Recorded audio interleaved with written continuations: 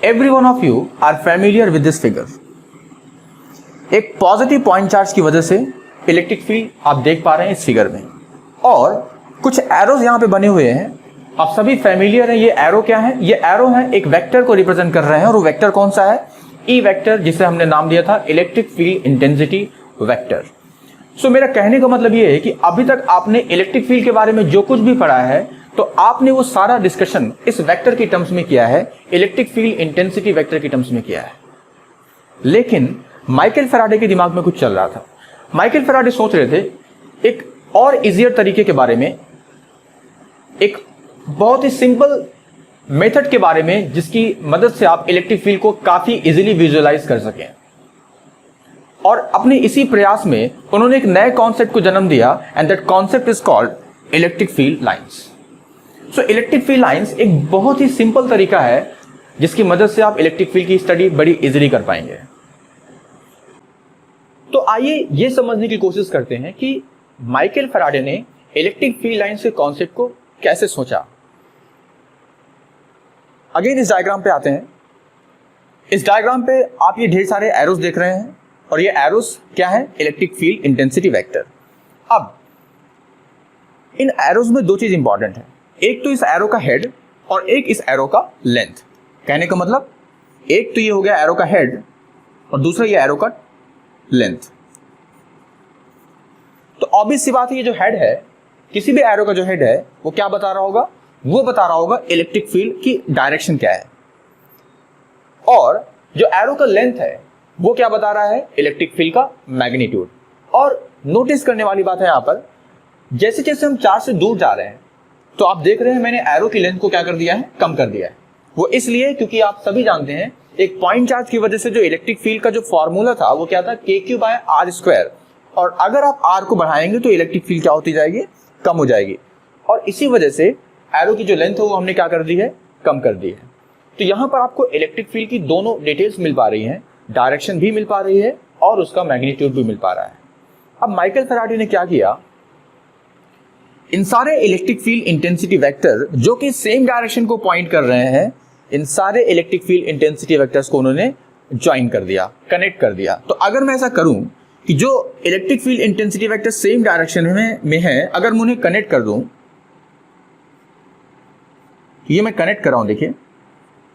अगर आप ऐसा करते हैं जी,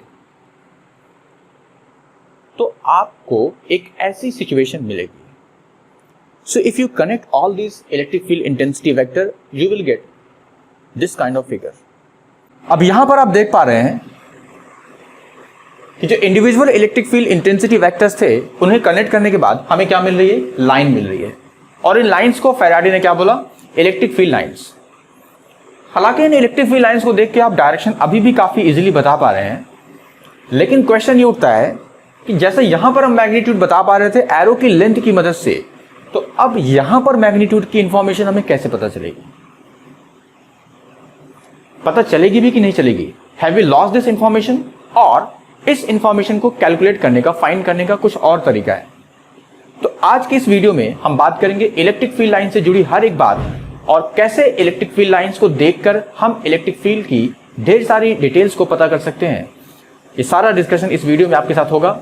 मैं हूं आपका Anit sir, and I welcome to all of you in this 9th lecture of electrostatics. So let's begin it.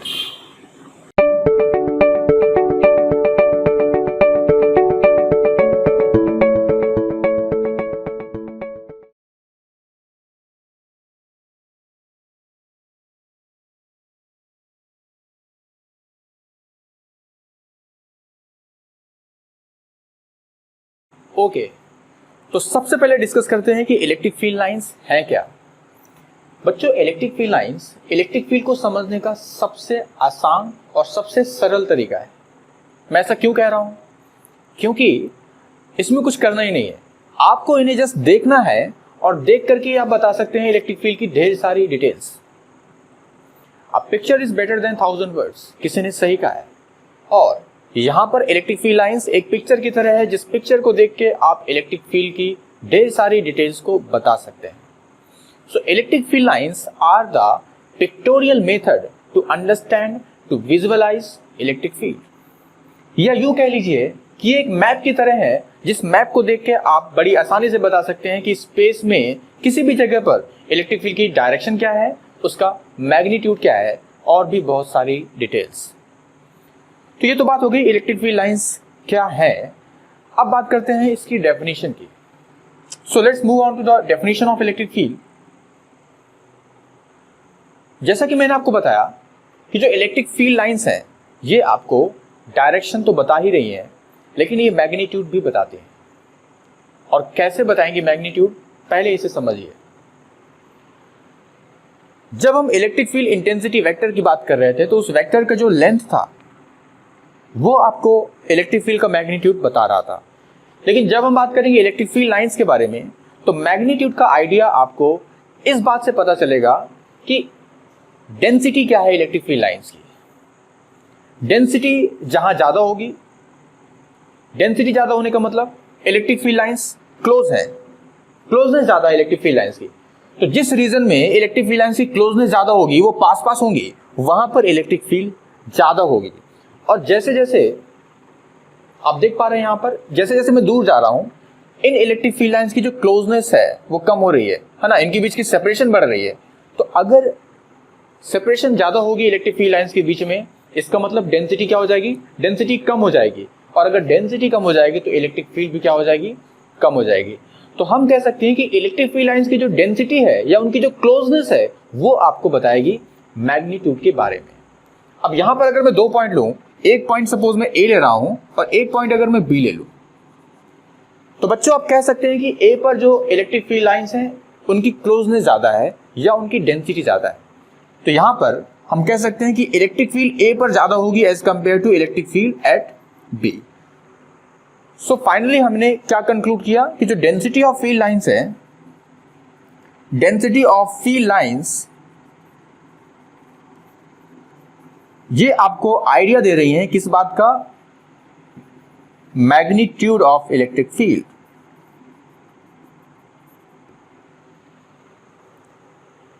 लेकिन यहां पे डायरेक्शन को लेकर मैं एक बात और ऐड करना चाहूंगा। यहां पर देखिए, जरूरी नहीं है कि इलेक्ट्रिक फील्ड लाइन हमेशा स्ट्रेट हो, क्लियर, वो कर्व भी हो सकती है। अब स्ट्रेट के केस में तो आप इजीली इन एरोस को देख के डायरेक्शन बता पा रहे हो, लेकिन अगर कर्व हुआ, फॉर एग्जाम्पल कुछ ऐसी भी हो सकती है इलेक्ट्रिक फील्ड लाइंस, वो डिपेंड करेगा चार्ज स्पेस में कैसे रखे हुए हैं। सो अगर इलेक्ट्रिक फील्ड लाइन इस तरह से कुछ कर्व है, दे आर नॉट स्ट्रेट, ऐसे केस में डायरेक्शन कैसे बताएंगे। तो आपको जहां पर भी डायरेक्शन बतानी है, जैसे मान लीजिए मुझे ए पर डायरेक्शन बतानी है इलेक्ट्रिक फील्ड की, तो आप उस पॉइंट पर इस कर्व के लिए एक टेंजेंट ड्रॉ कर दीजिए। और ये टेंजेंट जो कि इस कर्व पे जो टेंजेंट है, ये टेंजेंट आपको इलेक्ट्रिक फील्ड की डायरेक्शन बताएगी ए पर। अगर आपको बी पर बतानी है डायरेक्शन, तो बी पर क्या करेंगे, टेंजेंट ड्रॉ कर देंगे, and this tangent will show you the direction of electric field eight point P. तो आपको जहां पर भी इलेक्ट्रिक फील्ड की डायरेक्शन बतानी है, उस पॉइंट पर उस कर्व के लिए टेंजेंट ड्रॉ कर दीजिए, and the tangent will give you the direction of electric field. So electric field lines are able to tell you the idea about direction of electric field as well as its magnitude. So what should be the definition that we can write? So you can write a definition. Electric field lines are in general an imaginary curves drawn in such a way that the tangent to it at a point is in the direction of net electric field at that point, and the relative closeness of the field lines at some place gives the idea about the intensity of electric field or the magnitude of electric field at that point. इसके अलावा एक और definition आप add कर सकते हैं, लेकिन मैं आपको हमेशा रिकमेंड करूंगा कि अगर एग्जाम में आपको लिखना है तो आप डेफिनेशन 1 को ही प्रेफर करें, लेकिन फील गुड कराने के लिए आपको मैं डेफिनेशन 2 दे रहा हूं, क्योंकि इसकी मदद से इलेक्ट्रिक फील्ड लाइंस को ड्रॉ करना या इलेक्ट्रिक फील्ड का जो इंट्यूशन है वो बहुत ही अच्छा समझ में आता है। तो दूसरी डेफिनेशन आप ऐड कर सकते हैं कि electric field line is a path along which a positive test charge will tend to move if it is allowed to do so from the state of rest. कहने का मतलब ये है कि अगर आपके पास कोई पॉजिटिव टेस्ट चार्ज है जो कि फिलहाल कैसा है, रेस्ट में है। तो अगर आप इसे फ्रीली छोड़ दें तो ये जिस भी डायरेक्शन में जाने की टेंडेंसी रखेगा, that path will be the electric field lines at that place. तो इस तरीके से हमने दोनों डेफिनेशन को लिख लिया है। अब हम बात करेंगे various properties of electric field lines. So the first property states that conventionally the electric field lines originates from a positive charge or infinity and terminates on a negative charge or infinity. Electric field lines हमेशा positive charge या infinity से originate होंगी, यानी वहां से निकलेंगी, और terminate होंगी कहां पर, किसी नेगेटिव चार्ज पर या इन्फिनिटी पर। तो इन्फिनिटी एक ऐसा कॉमन पॉइंट है यहां पर जहां से इलेक्ट्रिक फील्ड लाइंस ओरिजिनेट भी हो सकती हैं और दे कैन टर्मिनेट ऑल्सो। आप डायग्राम में देख सकते हैं, यहाँ पे स्क्रीन पे कुछ डायग्राम आपको दिख रहे हैं। तो इस डायग्राम में आप देख सकते हैं कि कैसे पॉजिटिव चार्ज से फील्ड लाइंस को हमने ओरिजिनेट करते हुए दिखाया है, और इन पॉजिटिव चार्ज से निकलने वाली field lines they are terminating at infinity. वहीं दूसरे डायग्राम में जो इलेक्ट्रिक फील्ड लाइंस हैं they are originating from infinity and are terminating on the negative charge. तो ये हमारी सबसे पहली प्रॉपर्टी है और बहुत ही इंपॉर्टेंट प्रॉपर्टी भी है। अब बात करते हैं दूसरी प्रॉपर्टी की। So the second property states that number of field lines originating और terminating at a charge is directly proportional to the magnitude of charge. इसका मतलब यह है कि किसी भी चार्ज से कितनी फील्ड लाइंस निकल रही हैं या उस पर कितनी फील्ड लाइंस टर्मिनेट हो रही हैं, इनका जो नंबर है वो कहीं ना कहीं चार्ज के मैग्नीट्यूड का आइडिया आपको देगा। और इस बात को समझाने के लिए मैंने यहाँ पे एक डायग्राम ड्रॉ किया है। इस डायग्राम में आप देख सकते हैं हमने दो चार्जेस लिए हैं, एक लिया है प्लस Q1 और एक लिया है माइनस Q2। पॉजिटिव चार्ज से, जैसे कि हमने पहली प्रॉपर्टी डिस्कस करी है, पॉजिटिव चार्ज से फील्ड लाइंस ओरिजिनेट होती हैं और नेगेटिव चार्ज पर फील्ड लाइंस टर्मिनेट होती हैं। हालांकि यहाँ पर हमने पॉजिटिव चार्ज से निकलने वाली सारी फील्ड लाइंस को Q2 पर टर्मिनेट नहीं करवाया है। अगर मैं यहाँ पर काउंट करूं, so there are 8 field lines which are originating from this positive charge and only 4 of them are terminating on this negative charge. So ऐसा मैंने क्यों नहीं किया कि इससे निकलने वाली सारी फील्ड लाइंस को इस पर टर्मिनेट नहीं करवाया? तो इसका रीजन सिंपल है, दोनों चार्ज मैग्नीट्यूड में बराबर नहीं है। अगर ऐसा होता कि दोनों चार्ज मैग्नीट्यूड में बराबर होते, मतलब अगर ये +1 कूलम होता और ये -1 कूलम होता, तो ऐसे केस में इससे निकलने वाली सारी फील्ड लाइंस जाके किस पे हो जाती टर्मिनेट? चार्ज Q2 पर। लेकिन यहां पर डेफिनेटली अगर ऐसा नहीं हो पा रहा है, अगर इससे निकलने वाली फील्ड लाइन सारी की सारी इस पे टर्मिनेट नहीं हो रही हैं, तो इससे एक बात तो समझ में आ रही है कि दोनों चार्ज मैग्नीट्यूड में क्या है, डिफरेंट हैं। अब किसका मैग्नीट्यूड ज्यादा है? सो ऑब्वियस सी बात है, अगर इससे 8 फील्ड लाइंस क्या कर रही हैं, ओरिजिनेट हो रही हैं, और इस पे केवल 4 फील्ड लाइंस टर्मिनेट हो रही हैं, इसका मतलब ये हुआ कि अगर मैं इन दोनों चार्ज के मैग्नीट्यूड्स का रेशियो कैलकुलेट करूं, Q1 अपॉन Q2 फाइंड करूं, केवल और केवल मैग्नीट्यूड में इंटरेस्टेड हूं, so the magnitude of any charge is directly proportional to number of field lines. तो हम कह सकते हैं कि ये जो रेशियो होगा, it will be equal to 8/4 which is 2/1। So यहां से आपको क्या मिल रहा है रिजल्ट, कि जो Q1 है उसका जो मैग्नीट्यूड है it is equal to twice of the magnitude of charge Q2। So अगर Q2 -1 कूलम है तो Q1 कितना हो जाएगा, प्लस का 2 कूलम। तो हमेशा Q1 की वैल्यू Q2 के मैग्नीट्यूड से क्या होगी, डबल होगी। तो इस तरीके से नंबर ऑफ फील्ड लाइंस आपको बताने वाले हैं चार्ज के मैग्नीट्यूड्स के बारे में। So let's discuss property 3। Property 3 states that 2 electric field lines can never intersect each other. अगर हमारे पास एक इलेक्ट्रिक फील्ड लाइन ये है और एक दूसरी इलेक्ट्रिक फील्ड लाइन ये है, so there are 2 electric field lines, और अगर ऐसा होता है कि वो कट करती हैं, जो कि पॉसिबल नहीं है, और वही हमें डिस्कस करना है कि क्यों पॉसिबल नहीं है। तो आप समझिए, अगर वो कट करती भी हैं तो जहां पर पॉइंट ऑफ इंटरसेक्शन होगा, at the point of intersection of these 2 field lines, आपके पास नेट इलेक्ट्रिक फील्ड की 2 डायरेक्शन पॉसिबल होंगी, क्योंकि यहां पे 2 कर्व हैं तो 2 पॉसिबल टेंजेंट होंगे। तो एक टेंजेंट हो गया आपका कर्व 1 के लिए या फील्ड लाइन 1 के लिए, suppose this is your field line 1 and this is field line 2। तो ये होगा आपका टेंजेंट 1 और एक आपका हो जाएगा टेंजेंट 2। सो अगर दो टेंजेंट है इसका मतलब दो पॉसिबल डायरेक्शन है नेट इलेक्ट्रिक फील्ड की, विच इज नॉट पॉसिबल। भाई नेट इलेक्ट्रिक फील्ड की डायरेक्शन कोई एक ही होगी, दो पॉसिबल डायरेक्शन नहीं हो सकती है। So this is the property 3। Okay, now let us discuss the property 4।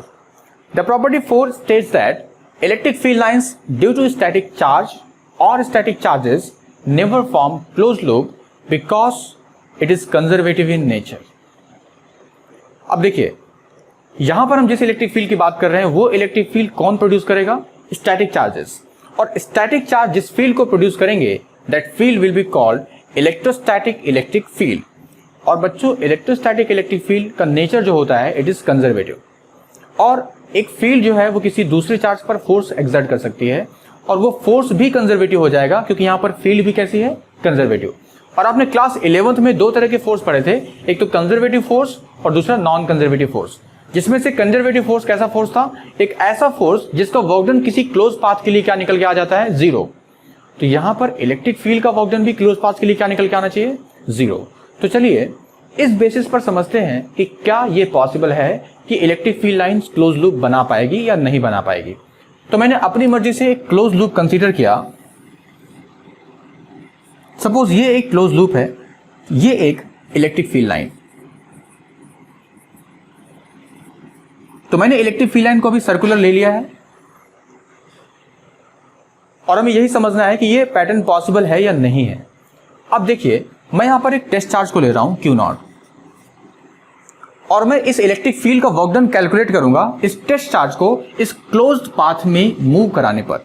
और मैं जहां से चलूंगा, सपोज अगर मैं पॉइंट ए से चल रहा हूं तो मुझे इस चार्ज को डिस्प्लेस कराना है इसी क्लोज पाथ पर और वापस कहां पे लाना है? ए पर लाना है। अगर वर्क डन 0 आ गया तब तो ये वायलेट नहीं कर रही है क्योंकि वर्क डन 0 आना चाहिए क्योंकि इलेक्ट्रिक फील्ड क्या है? कंजर्वेटिव है।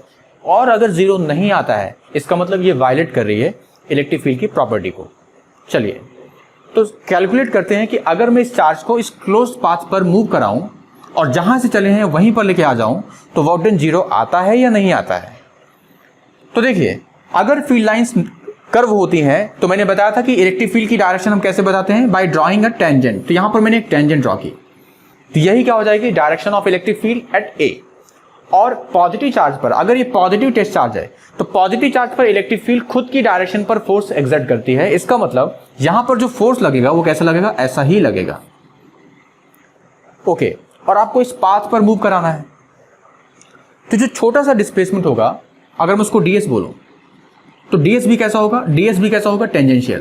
तो यहां पर ds भी, इसको मैं ds1 बोल देता हूं। तो यहां पर डिस्प्लेसमेंट और फोर्स दोनों की डायरेक्शन क्या निकल के आ गई? सेम। और वर्क डन क्या होता है? अगर मैं यहां पे छोटा सा वर्क डन कैलकुलेट करूं it will be equal to F1 dot ds1 and it will be equal to F1 ds1 cos theta. Simple property लगा दी डॉट प्रोडक्ट की। और यहां पर थीटा क्या है? 0 डिग्री। तो यहां से मुझे क्या मिल गया? It is equal to F1 ds1। तो एक छोटा सा वर्क डन जो आपने किया, इसको छोटा सा डिस्प्लेसमेंट ds कराने के लिए that work done is equal to F1 ds1। और आप देख सकते हैं इट इज पॉजिटिव। क्लियर? तो यहां पे वर्क डन कैसा निकल रहा है? पॉजिटिव आ रहा है। अब अगर आप ऐसे सारे वर्क डन ऐड कर दें, जो भी छोटे छोटे वर्क डन है, तो अगर आप इन सारे वर्क डन को ऐड कर देंगे सो आपको टोटल वर्क डन मिल जाएगा। तो total work done will be the integration of all this small work dones and that will be finally positive here. तो यहां पर वर्क डन 0 नहीं मिल रहा है और हम कह सकते हैं कि अगर ऐसा है work done is not equal to 0 तो ये प्रूव कर रहा है कि जो इलेक्ट्रोस्टैटिक फील्ड है इट इज नॉन कंजर्वेटिव। और हमने शुरुआत में ही बोला है कि इलेक्ट्रोस्टैटिक फील्ड कंजर्वेटिव होती है। इसका मतलब this kind of electric field lines is not possible for electrostatic electric field. So आप याद रखिए कि जो इलेक्ट्रोस्टैटिक इलेक्ट्रिक फील्ड है it can never form close loop. बच्चों क्लास 12th में आपको दो तरह की इलेक्ट्रिक फील्ड पढ़नी पड़ेगी। एक तो हो गई इलेक्ट्रोस्टैटिक इलेक्ट्रिक फील्ड जो कि रेस्ट पे रखे हुए चार्ज प्रोड्यूस कर रहे हैं। एक और इलेक्ट्रिक फील्ड आप पढ़ेंगे काफी आगे मैग्नेटिज्म में, that will be induced electric field. Induced electric field can form close loop but electrostatic field can never form close loop. तो कंफ्यूज मत होना और ध्यान रखना, काफी इंपॉर्टेंट प्रॉपर्टी है। IIT जेईई में एक बार क्वेश्चन आया था 2010 में, आई होप, जिसमें उन्होंने बोला था कि electric field can never form close loop. अब देखिए इलेक्ट्रिक फील्ड मैंने बोला दो तरह की है, तो आपको ध्यान रखना है कि वो किस फील्ड के बारे में बात कर रहे हैं। अगर वो इलेक्ट्रोस्टैटिक फील्ड की बात कर रहे हैं तो definitely it can never form close loop. लेकिन अगर वो इंड्यूस इलेक्ट्रिक फील्ड की बात करेंगे, इंड्यूस इलेक्ट्रिक फील्ड हमारे आगे आने वाले चैप्टर्स में हमें मिलेगी, तो induce electric field can form close loop. So be careful of this. Now let us discuss property 5. So the property 5 states that electric field lines are always perpendicular to a conducting surface because conducting surface is an example of equipotential surface. अब यहाँ पर क्या है कि कुछ ऐसी information भी आपके सामने आ गई है जो कि फिलहाल आप उसके लिए अभी तैयार नहीं है, क्योंकि पोटेंशियल अभी हमने पढ़ा नहीं है और इनफैक्ट कंडक्टर भी हमने नहीं पढ़ा है। तो अभी फिलहाल आप इस प्रॉपर्टी को याद रखें कि जो इलेक्ट्रिक फील्ड लाइन होती हैं वो हमेशा किसी भी कंडक्टर की सरफेस के क्या होती है, परपेंडिकुलर। और इसका रीजन मैं आपको बताऊंगा जब हम कंडक्टर ही पढ़ रहे होंगे काफी डिटेल में। तो आपको याद कर रखना है कि अगर हमारे पास कोई कंडक्टर सरफेस है, कंडक्टर मतलब जो मेटल की बनी हुई है, तो हमेशा उस सपोज इसके पास पॉजिटिव चार्ज है, तो जो इलेक्ट्रिक फील्ड लाइन होगी वो इस कंडक्टिंग सरफेस के हमेशा कैसी होंगी, परपेंडिकुलर होंगी। तो पॉजिटिव चार्ज से फील्ड लाइंस कैसी क्या करती हैं, ओरिजिनेट करती हैं। तो जो इलेक्ट्रिक फील्ड लाइन होगी वो हमेशा इस कंडक्टिंग सरफेस के कैसी होगी, नॉर्मल होगी। आप कहीं पे भी ड्रॉ करें, हमेशा electric field lines conducting surface के क्या होगी, perpendicular at each and every point. वहीं अगर हमारे पास कोई नेगेटिव चार्ज वाली कंडक्टिंग सरफेस होती, suppose this conducting surface has a negative charge, so the field lines will terminate on this surface and at each and every point the field lines will be perpendicular to the surface. तो यहां पर आपको बस ध्यान ये रखना है कि जो इलेक्ट्रिक फील्ड लाइन होती है वो हमेशा कंडक्टिंग सरफेस के क्या होंगी, परपेंडिकुलर होंगी।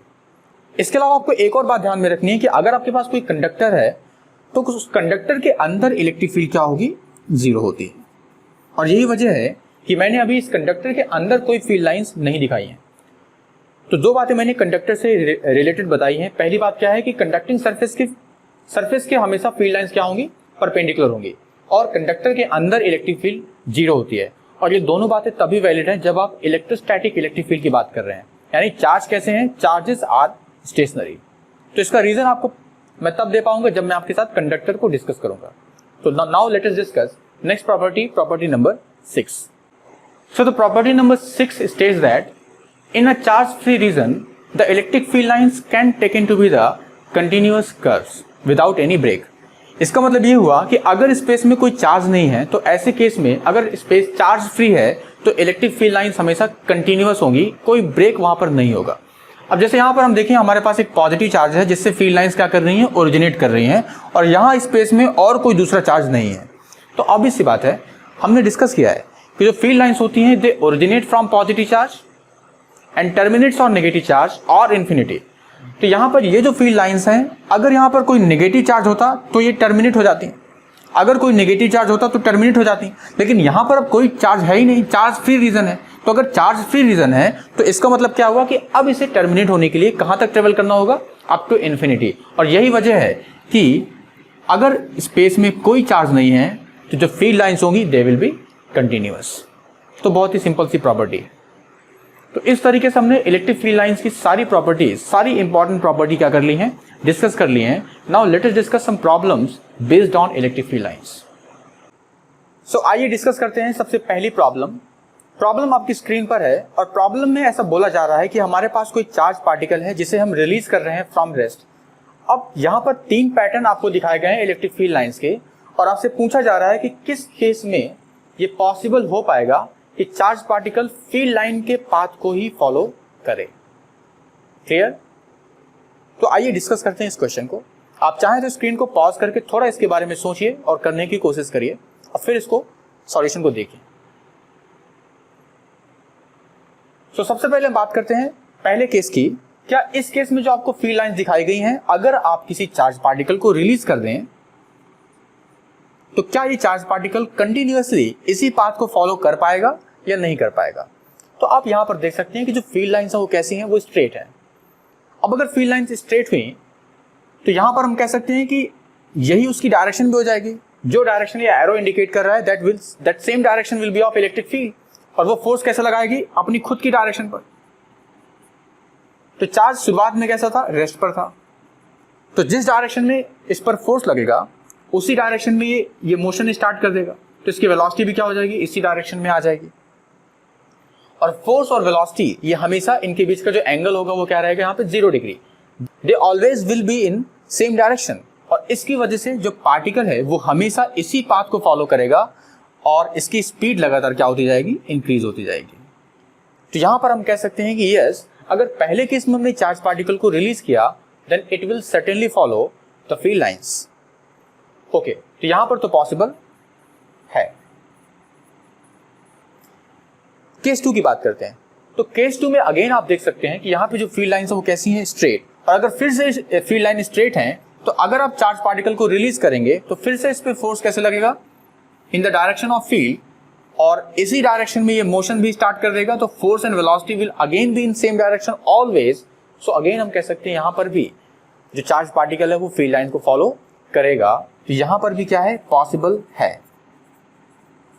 सो इन दोनों केसेस में charge particle is able to follow the path of field line. लेकिन अब बात करते हैं केस 3 में क्या होगा। अब केस 3 में आप जैसा देख पा रहे हैं जो फील्ड लाइंस हैं वो कैसी हैं, वो स्ट्रेट नहीं है, वो कर्व है। इसका मतलब क्या हुआ कि जो फील्ड है उसकी डायरेक्शन लगातार क्या हो रही है, चेंज हो रही है। अब अगर फील्ड की डायरेक्शन लगातार क्या होगी, चेंज होगी, तो ऐसे केसेस में अगर हम कोई टेस्ट चार्ज कंसीडर करें तो टेस्ट चार्ज जब पोजीशन ए पर है तब उस पर फोर्स कैसे लगेगा, टेंजेंशियल, इस तरह से। और इस फोर्स की वजह से ये रेस्ट पर रखा हुआ चार्ज इसी फोर्स की डायरेक्शन में मूव करना स्टार्ट कर देगा, तो इसके पास वेलोसिटी भी इसी डायरेक्शन में आ जाएगी। लेकिन प्रॉब्लम ये है कि जैसे ये इधर चलना स्टार्ट करेगा फोर्स की डायरेक्शन अगले मोमेंट पर क्या हो जाएगी, ऐसी हो जाएगी। तो फोर्स की जो डायरेक्शन है वो लगातार क्या हो गई, चेंज हो रही है यहाँ पर, और जिसकी वजह से जो चार्ज पार्टिकल है वो स्ट्रिक्टली इस पाथ को फॉलो नहीं कर पाएगा। क्लियर, फोर्स की डायरेक्शन लगातार चेंज हो रही है और अपने इनर्शिया की वजह से ये स्ट्रिक्टली फिर इस पाथ को फॉलो नहीं कर पाएगा। तो अगर हमारे पास फील्ड लाइंस कैसी हुई, कर्वीलीनियर हुई, तो ऐसे केस में जो चार्ज पार्टिकल है अगर आप उसे फ्रीली छोड़ दें तो वो उस फील्ड लाइन को फॉलो नहीं कर पाएगा। तो यहां पर हम कह सकते हैं कि इट इज नॉट पॉसिबल।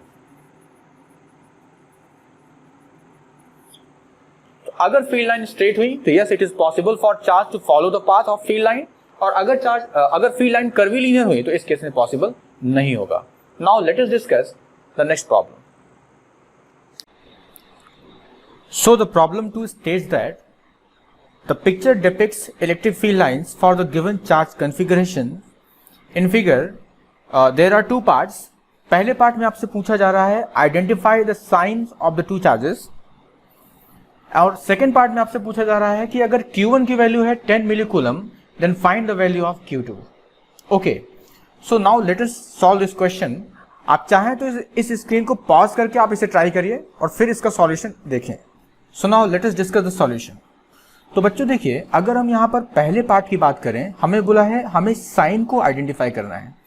तो जैसा कि हमने सबसे पहली प्रॉपर्टी पढ़ी थी, तो पहली प्रॉपर्टी में पॉजिटिव चार्ज से फील्ड लाइंस ओरिजिनेट होती हैं और नेगेटिव चार्ज पर फील्ड लाइंस टर्मिनेट होती हैं। तो यहाँ पर आप देख सकते हैं कि जो Q2 चार्ज है, आप देख सकते हैं Q2 चार्ज से आप देख सकते हैं फील्ड लाइंस क्या हो रही हैं, ओरिजिनेट हो रही हैं। इसका मतलब ये हुआ कि जो Q2 होना चाहिए, Q2 मस्ट बी पॉजिटिव, क्योंकि Q2 से ओरिजिनेट हो रही है, इसका मतलब Q2 क्या होना चाहिए, पॉजिटिव, और Q1 पर टर्मिनेट हो रही है, इसका मतलब Q1 क्या होना चाहिए, नेगेटिव होना चाहिए। तो Q1 शुड बी नेगेटिव। और ये हमने किस बेसिस पे बताया, on the basis of property 1। ये आपका हो गया पहला पार्ट, ए पार्ट। अगर हम बी पार्ट की बात करें तो हमसे बोला है कि हमें Q2 की वैल्यू फाइंड करनी है, जबकि हमें Q1 की वैल्यू दी गई है यहाँ पर। सो हमने डिस्कस किया था कि number of field lines originating और terminating at a charge is directly proportional to its magnitude. तो यहाँ पर अगर हम number of field lines count करें जो कि Q2 से क्या कर रही हैं, ओरिजिनेट कर रही हैं, तो Q2 से ओरिजिनेट करने वाली फील्ड लाइंस हो जाएंगी 1 2 3 4 5 6 7 8 9 10 11 12 13 14 15 16 17 18. So there are 18 lines which are originating from Q2 और Q1 की अगर हम बात करें तो इतनी लाइंस क्या कर रही हैं, ओरिजिनेट कर रही हैं फ्रॉम Q2। और अगर हम बात करें Q1 की तो there are only 6 lines, so 6 lines ये क्या कर रही है, टर्मिनेट्स ऑन Q1। सो अगर मैं यहां पर Q2 और Q1 का रेशियो ले लूं तो Q2 upon Q1, this ratio will be equal to 18/6। 6 3 18। और बच्चों यहां पर Q1 की वैल्यू दी गई है 10 मिली कूलम, तो Q1 आपको दिया हुआ है 10 मिली कूलम, तो आप देख सकते हैं बच्चों कि यहां से जो Q2 की वैल्यू आने वाली है, on solving you will get Q2 is equal to 10 into 3 that is 30 millicoulomb. इस तरीके से आपने पहले पार्ट में चार्ज का साइन बता दिया और अगले पार्ट में आपने चार्जेस का जो मैग्नीट्यूड है वो भी फाइंड कर लिया। Okay, now let us discuss next problem. Okay, so अगला क्वेश्चन ये है कि ये जो पैटर्न आपकी स्क्रीन पर दिख रहा है, क्या ऐसा पैटर्न किसी इलेक्ट्रोस्टैटिक इलेक्ट्रिक फील्ड के लिए पॉसिबल है या नहीं है? मतलब क्या इस तरह से फील्ड लाइन बन सकती है या नहीं बन सकती है? तो पहली दफा तो ये सवाल ऐसा लगता है यार क्यों नहीं बन सकती है, स्ट्रेट ही तो हमने ड्रॉ की है।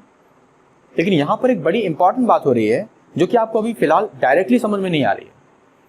तो अगर मैं इसे सॉल्व करूं, सभी बच्चे से ध्यान से देखिए, it is a very important question. हमने पढ़ा है कि जो इलेक्ट्रिक फील्ड होती है, कौन सी electric field, electrostatic electric field, it is conservative in nature, और कंजर्वेटिव होने की वजह से ये क्लोज लूप नहीं बना रही थी। तो अगर मैं यहाँ पे एक क्लोज लूप कंसीडर करूं, सपोज ये क्लोज लूप मैं यहाँ पे ले रहा हूं, ये मैं एक क्लोज लूप कंसीडर कर रहा हूं, है ना, डॉटेड करके।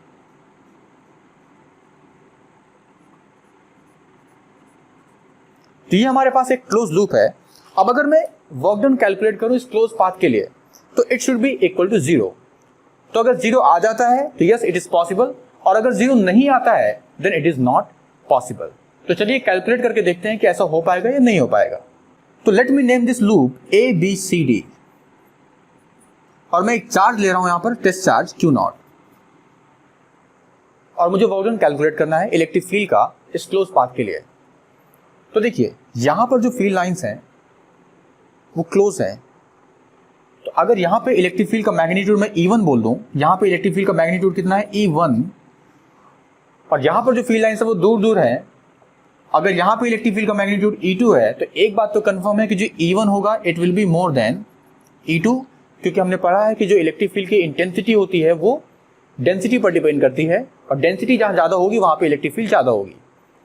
तो मैं पहले क्या करूंगा, चार्ज पार्टिकल Q0 को A से B शिफ्ट करूंगा और वर्क डन को कैलकुलेट करूंगा। तो अगर मैं A से B इसको मूव कराता हूं तो वर्क डन कितना होगा A से B के लिए? तो देखिए इलेक्ट्रिक फील्ड की डायरेक्शन यही है, फोर्स इधर ही लगेगा और डिस्प्लेसमेंट भी इसी डायरेक्शन में हो रहा है। तो मैं वर्क डन हो जाएगा आपका फोर्स इंटू डिस्प्लेसमेंट, तो फोर्स हो जाएगा Q0 into E1। Electric field का जो फोर्स होता है इट इज QE, तो Q0 इंटू E1, तो ये हो गया फोर्स इंटू डिस्प्लेसमेंट कितना है, मान लीजिए कि ये एक स्क्वायर है जिसकी साइड कितनी है A, तो इंटू A, और एंगल तो यहाँ पे 0 है तो cos 0 क्या हो जाएगा 1। तो ये हो गया आपका वर्क डन A से B के लिए। अब बात करते हैं वर्क डन B से C के लिए। तो देखिए B से C में क्या होगा, सपोज अगर चार्ज यहाँ पर है तो फोर्स किधर लगेगा, इधर लगेगा इलेक्ट्रिक फील्ड की डायरेक्शन पे, और डिस्प्लेसमेंट किधर है, डिस्प्लेसमेंट ऐसा है। तो अब इनके बीच का एंगल कितना हो गया, इनके बीच का एंगल हो गया 90 डिग्री। और अगर एंगल 90 डिग्री हो जाए, फोर्स और डिस्प्लेसमेंट के बीच का एंगल 90 डिग्री हो जाए, तो ऐसे केस में वर्क डन क्या आ जाता है 0। तो वर्क डन B से C के लिए कितना आ जाएगा 0, because force is perpendicular to displacement. Okay, अब बात करते हैं C से D के लिए। तो अगर C से D आप डिस्प्लेस करें, तो पहली बात तो आप नोटिस ये कीजिए कि आप डिस्प्लेसमेंट C से D करा रहे हैं, और फोर्स तो इलेक्ट्रिक फील्ड की डायरेक्शन में लगेगा। तो फोर्स और displacement they are opposite to each other. Force इधर लग रहा है और डिस्प्लेसमेंट इधर है, सो इनके बीच का एंगल हो गया 180 डिग्री। और अगर फोर्स और डिस्प्लेसमेंट अपोजिट हो जाए तो वर्क डन नेगेटिव आता है। तो अगर हम बात करें वर्क डन C से D के लिए, तो it will B Q into E2, ये तो हो गया फोर्स, डिस्प्लेसमेंट कितना है A, और cos 180 के लिए क्या लिखेंगे -1। तो यहां पे वर्क डन आ रहा है -QE2 इंटू ए। और सिमिलरली डी से ए का वर्क डन फिर से क्या हो जाएगा, 0, क्योंकि फोर्स है इधर और डिस्प्लेसमेंट है इधर, एंगल क्या हो गया 90 डिग्री, तो वर्क डन डी से ए के लिए क्या आ गया 0। तो अगर मैं इन सारे वर्क डन को ऐड कर दूं तो मुझे टोटल वर्क डन मिल जाएगा। तो आप देख सकते हैं कि जो टोटल वर्क डन होगा यहां पर, सभी वर्क डन को ऐड कर दीजिए तो it will B Q E1A minus Q E2A। तो यहां से आपको क्या मिल रहा है, it is equal to QA E1 minus E2। अब E1 और E2 इक्वल नहीं है, E1 ज्यादा है E2 कम है, so this work done will not be equal to 0। और हमने पढ़ा है कि इलेक्ट्रोस्टैटिक इलेक्ट्रिक फील्ड का वर्क डन क्लोज्ड पाथ के लिए निकल के आना चाहिए 0, लेकिन वो 0 नहीं आ रहा है। इसका मतलब ये कंजर्वेटिव फील्ड का फील्ड लाइन तो नहीं है, ये किसी नॉन कंजर्वेटिव फील्ड की फील्ड लाइंस हैं। तो इसका मतलब ये हुआ कि इलेक्ट्रोस्टैटिक फील्ड के लिए इस तरह की फील्ड लाइंस पॉसिबल नहीं है, क्योंकि इनके लिए वर्क डन क्लोज पाथ के लिए 0 निकल के नहीं आ रहा है। तो it is a very important question. कोई डाउट हो तो आप जरूर कमेंट में मुझे पूछें और मुझे जरूर बताएं कि आपका डाउट क्या है, क्योंकि डाउट्स जहां होते हैं वहीं पर आप कुछ नया लर्न करते हैं। Now let us discuss the next problem.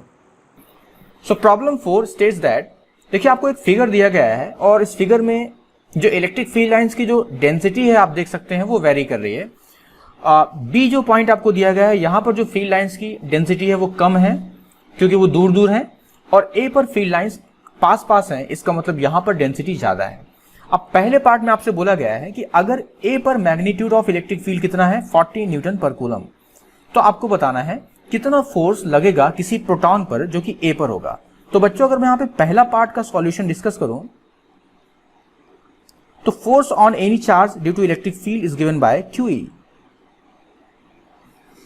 अब यहां पर Q तो क्या है, एक प्रोटॉन है, तो प्रोटॉन का चार्ज कितना हो जाएगा 1.6 into 10 to the power minus 19। So this is the charge on the proton multiplied by electric field at A. तो इलेक्ट्रिक फील्ड एट ए कितना हमारे पास है, इट इज 40 न्यूटन पर कूलम, तो मल्टीप्लाई क्या कर देंगे 40। अब अगर इसे आप सॉल्व करें तो आपको जो फोर्स की वैल्यू मिलेगी, तो आप देख सकते हैं 16 4 64, तो इट इज 64, लेकिन एक डेसिमल भी था तो यहां पर ये कर दिया, और इंटू 10 की पावर माइनस 19, जिसे बच्चों आप लिख सकते हैं it is 6.4 into 10 to the power minus 18 newton. So this is the answer of the first part. और सेकेंड पार्ट में आपसे क्या पूछा है कि अगर ए पर इलेक्ट्रिक फील्ड 40 न्यूटन पर कूलम है तो बी पर कितनी होगी। तो जैसा कि मैंने आपको बताया था कि जो इलेक्ट्रिक फील्ड का जो मैग्नीट्यूड होता है it is directly proportional to density of field lines, density of field lines. तो यहां पर हम कह सकते हैं कि electric field at B upon electric field at A ये बराबर हो जाएगा डेंसिटी का। और आप देख सकते हैं क्वेश्चन में बोला है कि electric field lines on the left have twice the separation those on the right. तो इसका मतलब ये हुआ कि जो लेफ्ट में जो डेंसिटी है, अगर मैं उसे D बोल देता हूं तो A पर जो डेंसिटी होगी इट विल बी 2D, क्योंकि वहां पास पास है, सेपरेशन हाफ है। तो इस तरीके से ये D और D आप कैंसिल कर सकते हैं, और यहां से आपको मिल रहा है कि जो इलेक्ट्रिक फील्ड एट B होगा it is electric field eight A divide by 2। A पर आपको दे रखी थी 40, तो 40 बाई 2 विल बी, तो electric field at B that comes out to be 20 newton पर कूलम। तो बहुत ही सिंपल क्वेश्चन था भाई, अगर डेंसिटी हाफ होगी तो मैग्नीट्यूड भी हाफ होगा। Now let us discuss the next problem. Problem 5 states that, देखिए अ मेटेलिक सॉलिड स्फीयर आपको दिया हुआ है और यहां पर इलेक्ट्रिक फील्ड लाइंस के 4 पाथ दिखाए गए हैं, और आपको बताना है कि कौन सा पाथ जो है वो बिल्कुल सही पाथ है। अब यहां पर देखिए पहली बात तो ये मेटेलिक सॉलिड स्फीयर है, यानी कंडक्टर है। तो आपको मैंने इलेक्ट्रिक फील्ड लाइंस की एक प्रॉपर्टी बताई थी जो कि कंडक्टर से रिलेटेड थी। तो कंडक्टर से रिलेटेड 2 बातें बताई थी कि पहली बात तो इलेक्ट्रिक फील्ड लाइंस जो होती हैं वो कंडक्टर के अंदर क्या होती हैं, जीरो होगी, क्योंकि इलेक्ट्रिक फील्ड क्या होगी, जीरो, तो कोई फील्ड लाइंस कंडक्टर के अंदर नहीं होनी चाहिए थी। तो यहां पर आप देख सकते हैं कि जो पाथ 1 है उसमें जो फील्ड लाइंस है वो कंडक्टर के अंदर से जा रही हैं, which is not possible. Same reason 2 के साथ भी ऐसा ही हो रहा है और 3 के साथ भी ऐसा ही हो रहा है। तो शुरुआत के 3 ऑप्शन तो इस वजह से गलत हो गए क्योंकि वो कंडक्टर के अंदर से गुजर रहे हैं और अंदर फील्ड लाइन क्या होनी चाहिए, जीरो होनी चाहिए। ऐसा केवल पाथ 4 में ही हो रहा है जो कंडक्टर के अंदर से पास नहीं कर रही हैं। और आप एक बात और देख सकते हैं जो मैंने बताई थी कि जो फील्ड लाइंस होती हैं वो कंडक्टर की सरफेस के कैसी होती हैं, परपेंडिकुलर। तो केवल 4th ऑप्शन में ही ऐसा हो रहा है कि जो फील्ड लाइंस है they are perpendicular to the conducting surface. So the right answer is option D, the path 4। So बच्चों, इस तरीके से हमने इलेक्ट्रिक फील्ड लाइंस का सारा discussion with theory and numerical हमने कंप्लीट किया है। अब मुलाकात होगी हमारे अगले वीडियो में। अगर आपको ये वीडियो हेल्पफुल लगा हो तो मुझे जरूर कमेंट बॉक्स में बताएं ताकि मुझे आपका एक सही फीडबैक मिल सके। तो मुलाकात होगी अगले वीडियो में, तब तक के लिए thank you so much, take care.